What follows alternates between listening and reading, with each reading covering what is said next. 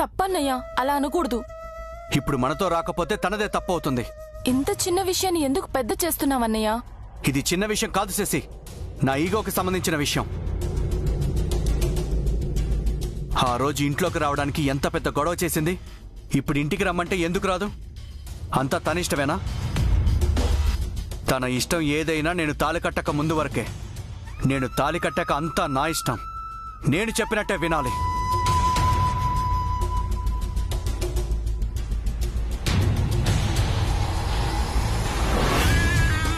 సతీ, సావిత్రి, అనసూయ, సుమతి అంటూ పతివ్రతల పేర్లు చెప్పావు కదా. తమ భర్తల కోసం వాళ్ళేం చేశారో ఇప్పుడు నువ్వు అదే చెయ్యి. అలా చెయ్యను అంటావా? ఇక్కడే ఉండిపో. నీకు నేనక్కర్లేనప్పుడు నాకు నువ్వు అక్కర్లేదు.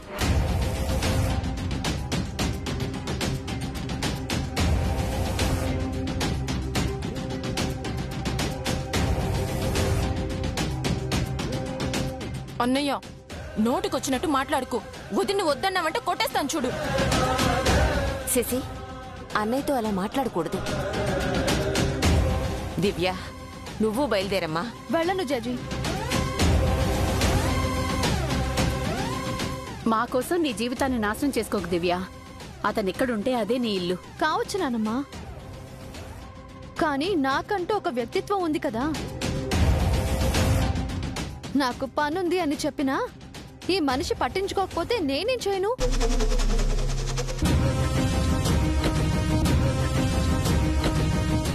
తాళి కట్టాను, అంతా నా ఇష్టం అంటున్నాడు. నా ఇష్టం ఏం లేదా? తనేం చెప్పినా నేను చెయ్యాలా? తాళి కట్టాడు కాబట్టి తల ఊపాలా?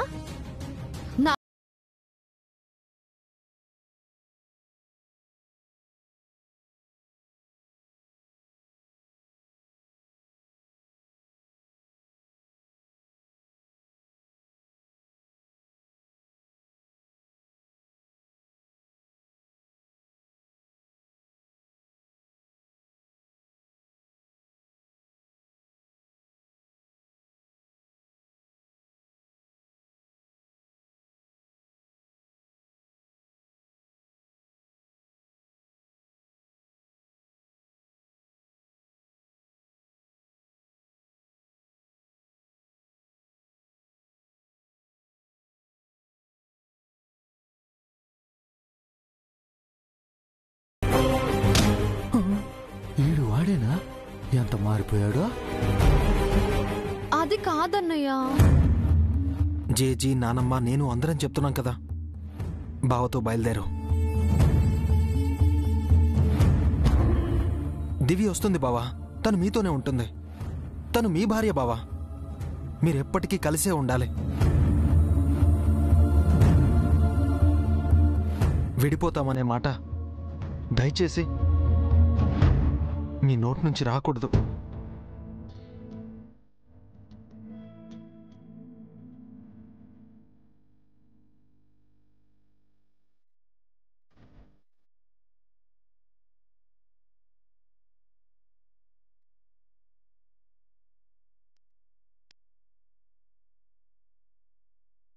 దివ్య,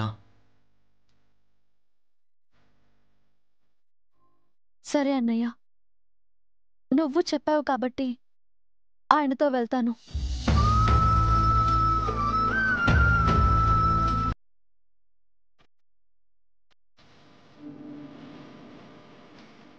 కానీ పెళ్లి చేసుకుని అత్తారింటికి వెళ్తున్నాను. నన్ను ఉత్తి చేతులతో పంపించేస్తావా?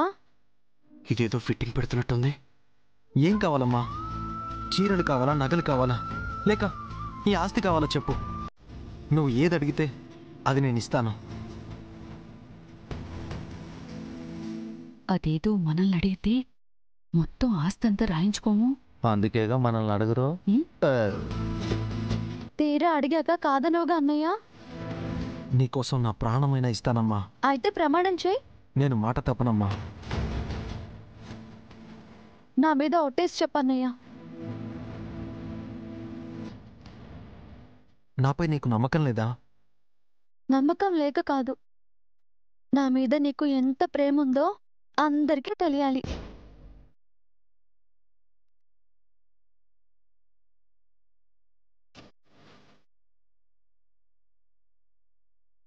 ఒట్టేస్తున్నాను.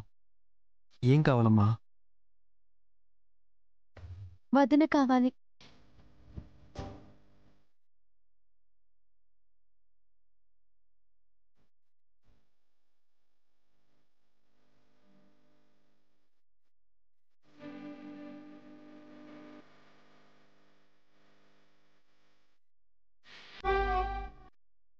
శశి నీ భార్య కావాలి. శశిని నువ్వు పెళ్లి చేసుకోవాలి.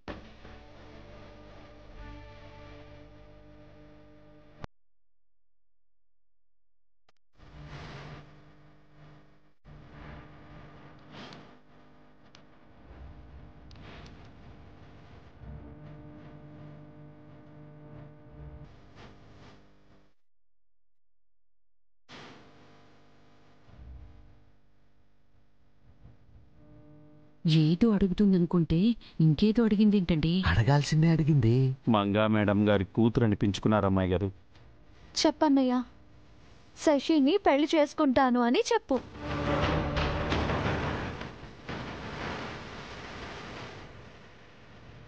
మీరిద్దరూ పెళ్లి చేసుకుని అప్పుడు నన్ను సంతోషంగా మా అత్తారింటికి సాగనంపండి. ఆనందంగా వెళ్తాను.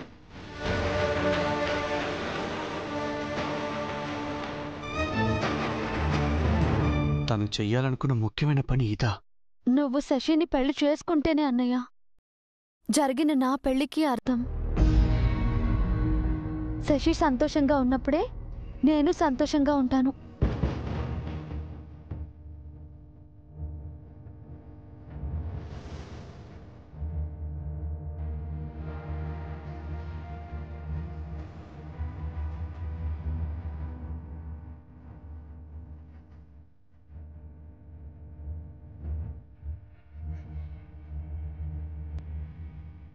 వాళ్ళ గురించి అమ్మాయి గారు ఆలోచించరేమో అనుకున్నాను. బాబు ఎదురు తిరగకుండా కట్టి పడేశారు. అమ్మ దివ్య, బామ్మగారు, ఈ పెళ్లి జరిగితే శశి ఎలా జరగాలనుంటే అలా జరుగుతుంది. ఇప్పుడు దివ్యను ఆపొద్దు. చెప్పన్నయ్యా, శశిని పెళ్లి చేసుకుంటావా? అది కాదమ్మా. మాట తప్పను అన్నావు. అది తప్ప ఇంకేదైనా అడగమ్మా. నేను నోరు తెరిచి నిన్ను అడిగిన మొట్టమొదటి కోరిక అన్నయ్య, ఆఖరి కోరిక కూడా ఇదే. దివ్య, అది ఇంకేం చెప్పకన్నయ్యా, ఒట్టేశావు. నువ్వు మాట తప్పితే నేను చచ్చిపోతా. దివ్య,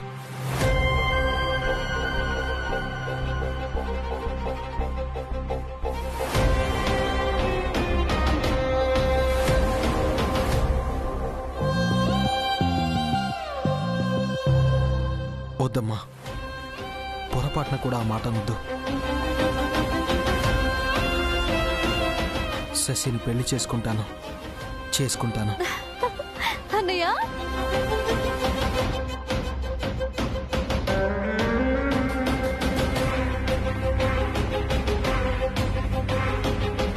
అభిని పెళ్లికి ఒప్పించటానికేనా ఆ ఇంటికి వెళ్ళనని ఇంత పెట్టు చేసింది? ఎంతైనా మంగ కూతురు కదా చంద్రిక.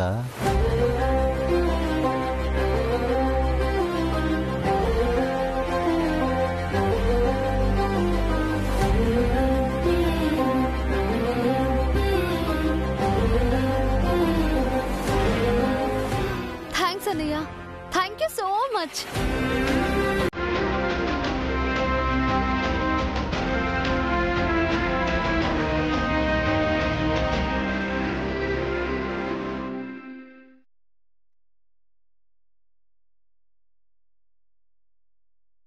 శశి, ఇప్పుడు నీకు సంతోషమేగా?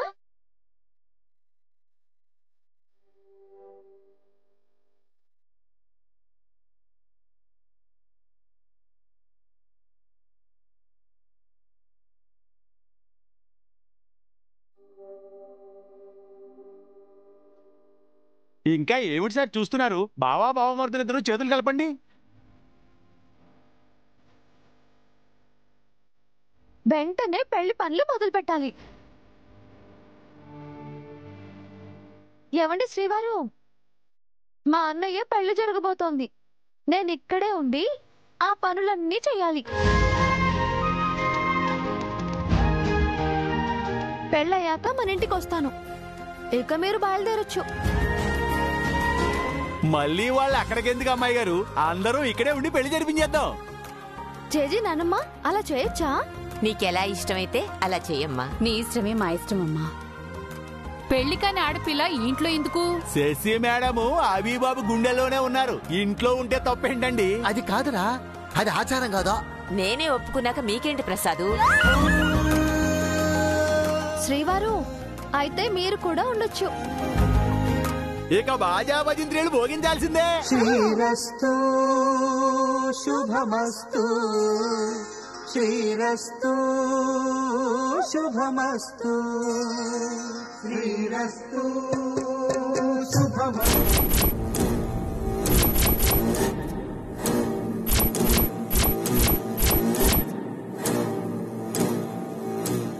ఆ ఇంట్లో చావు వస్తుంది అనుకున్నాం గాని శుభకార్యం వచ్చింది మేడం. అభి శశీలకి దివ్య వెడ్డింగ్ ప్లాన్ చేసింది. మరణ మృదంగం మోగాల్సిన చోట మంగళ వాయిద్యాలు మ్రోగబోతున్నాయి. వాళ్లకు పెళ్లి గడియలేమో గాని మనకు మాత్రం మంచి రోజులు వచ్చాయి మేడం. కార్ రెడీగా ఉంది, మీరు రెడీగా ఉన్నారు. ఇంకెందుకు ఆలస్యం? పదండి మేడం. ఎక్కడికి నాగభూషణం? చాణక్యుల దగ్గరికి మేడం. ఎందుకు? శశి అభి పెళ్లి చేసుకుంటే శాపంతో చనిపోతుందని చెప్పేద్దాం. చెప్తే ఆ పెళ్లి ఆగిపోతుంది. దివ్య పాచిక పారదు. హ్యాపీగా ఉండాల్సిన ఇల్లు ఏడుపు గట్టు కొంపలా ఉంటుంది. అదే కదా మనకు కావాల్సింది.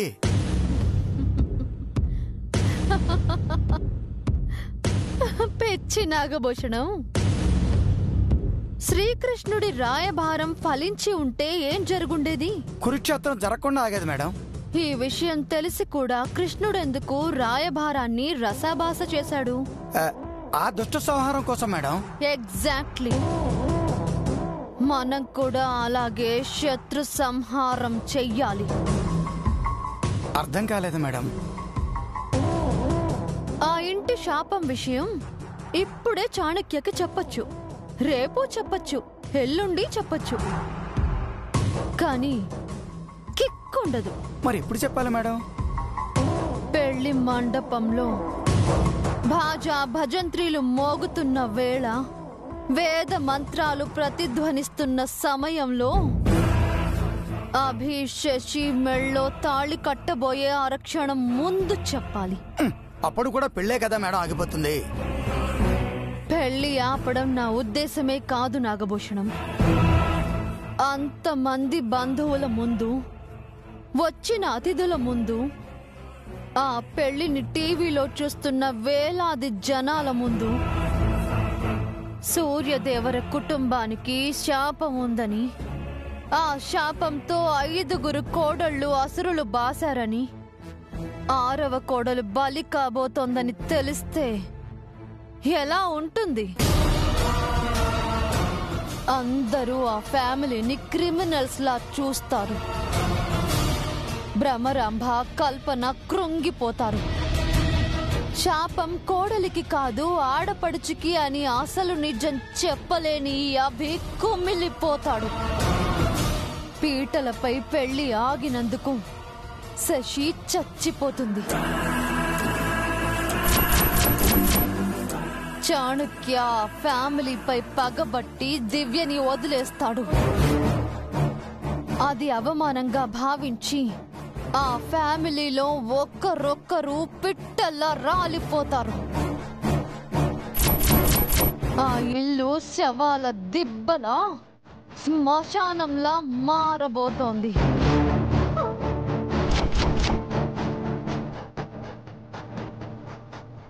ఇదంతా చచ్చిన మంగ జై పై నుంచి చూసి నిత్యకి ఎందుకు ఇంత అన్యాయం చేశామా అని తమ ఆత్మలని క్షోభ పెట్టుకుంటారు. స్వర్గంలో ఉన్న మా మామ్ దేనికన్నా నరకం నయమని అక్కడికి వెళుతుంది. ఇది కదా నాగభూషణం, మనం చూడాలి.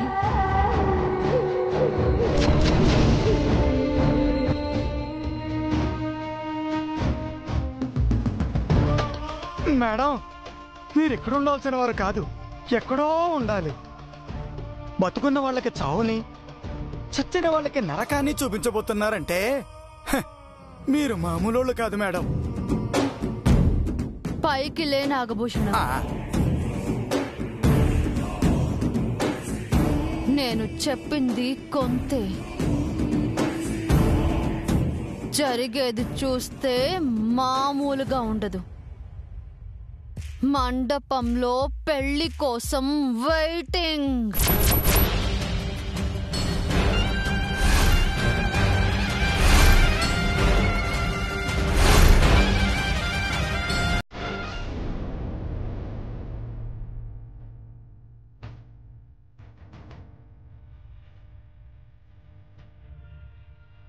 నేను తాళి కట్టాక అంతా నా ఇష్టం, నేను చెప్పినట్టే వినాలి.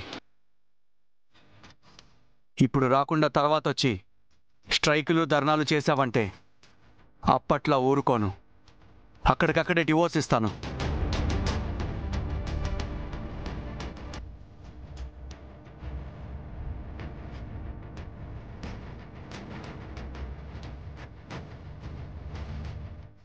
సార్, కాలు కాలిన పిల్లలా తిరుగుతూ కంగారు పడుతున్నారు, ఏమైంది? అనుకున్నది ఒక్కటి అయింది ఒక్కటి అంటారు కదా, అలా ఉంది నా పరిస్థితి. అంతా మీరు కోరుకున్నట్టే జరగబోతుంది కదా సార్. శశి మేడంని అభిబాబు పెళ్లి చేసుకోబోతున్నారు. 2-3 రోజుల్లో పెళ్ళని కూడా అనుకున్నాం కదా. దానికి కారణం ఎవరు? అమ్మాయి గారు. తను అలా చేస్తుందని నేను ఎక్స్పెక్ట్ చేయలేదు. నిజం చెప్పాలంటే నేను కూడా ఊహించలేదు సార్. అదిరిపోయే ట్విస్ట్ ఇచ్చారు అమ్మాయి గారు. అది నీకు ట్విస్ట్, నాకు టంగ్ ట్విస్ట్. అర్థం కాలేదు సార్. దివ్య అంత మంచిదని తెలియక తనను చాలా కష్టపెట్టాను, ఎంతో అవమానించాను, అనరాని మాటలు అన్నాను, నా మాటే వినాలన్నాను, ఆఖరికి నాతో ఇంటికి రాకపోతే వదిలేస్తాను అన్నాను. అందుకే సార్ ఎదిగే వరకు చెవులు, ఎదిగాక నోరు మూసుకోమన్నారు పెద్దలు. మీరేమో చెవులు మూసుకుని నాలుకని ఏటీఎం కార్డులో వాడేశారు. ఇప్పుడు నేనేం చేయాలి చారుకేశా? మీ అమ్మాయి గారిని నేను ఎలా ఫేస్ చేయాలి? ఇది ముందు ఆలోచించాల్సింది సార్. అనాల్సినవన్నీ అన్నాక అయ్యో రామా అంటే ఎలాగండి? దెప్పి పొడవకు, ఏదైనా ఐడియా ఉంటే చెప్పు. Okay sir. Once upon a time me salt pepper తిన్నాను కాబట్టి చెప్తాను. సింపుల్ గా అయిపోయేలా చెప్పు.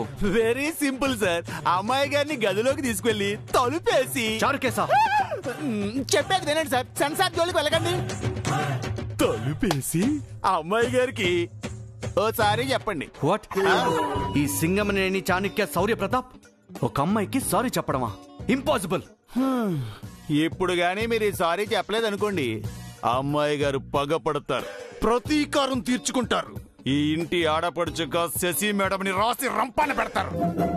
అభిబాబుతో చెప్పి శశి మేడంని కొట్టిస్తారు, కన్నీళ్లు తెప్పిస్తారు. ఏంటి చారుకేశా ఇలా భయపడుతున్నావు? అయినా దివ్య అలాంటిది కాదు, చాలా మంచిది, అలాంటివేం చేయదు. అమ్మాయి గారు మంచివారే సార్, కానీ కోపం వస్తే మా చెడ్డావిడండి. అయితే సారీ చెప్పాల్సిందేనా? ఇంకా ఆలోచిస్తారేమిటండి? శ్రీకృష్ణుడు అంతటి వాడే సత్యభామ తాను పట్టుకున్నాడు. వెళ్ళండి సార్, వెళ్ళండి సార్.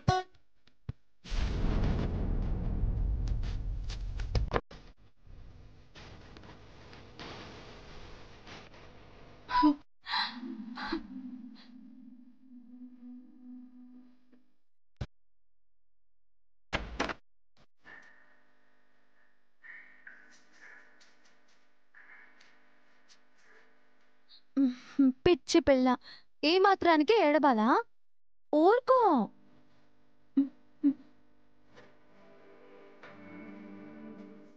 థ్యాంక్స్ వదినా, నువ్వు చేసిన ఈ మేలు జన్మలో మర్చిపోలేను.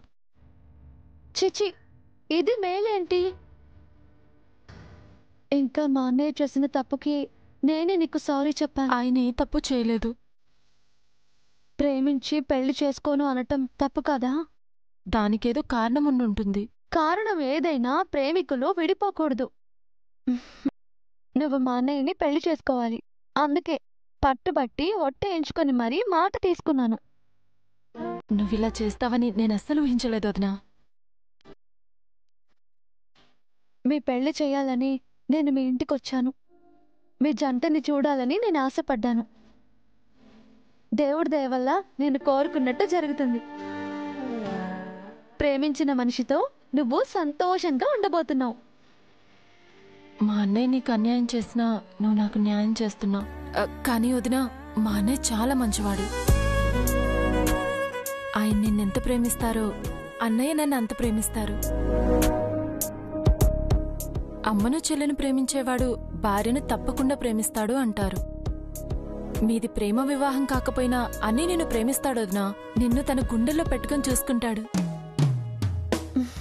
సరే సరే, పెళ్లికి ఎక్కువ రోజులు లేవు, చాలా పనులున్నాయి. నువ్వు కిందికెళ్ళు. అది కాదు వదినా. ఆడపడుచుని అర్ధ మొగుణ్ణి చెప్తున్నాను, వెళ్ళు.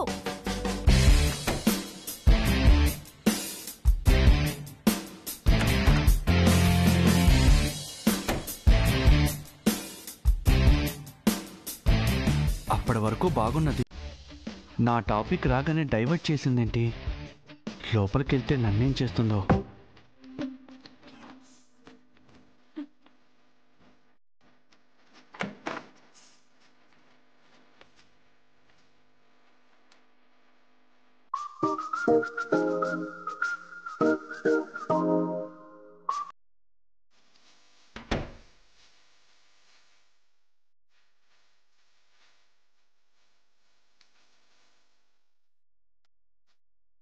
ఎలా స్టార్ట్ చేయాలి? ఏదోలా చెప్పేసేద్దాం.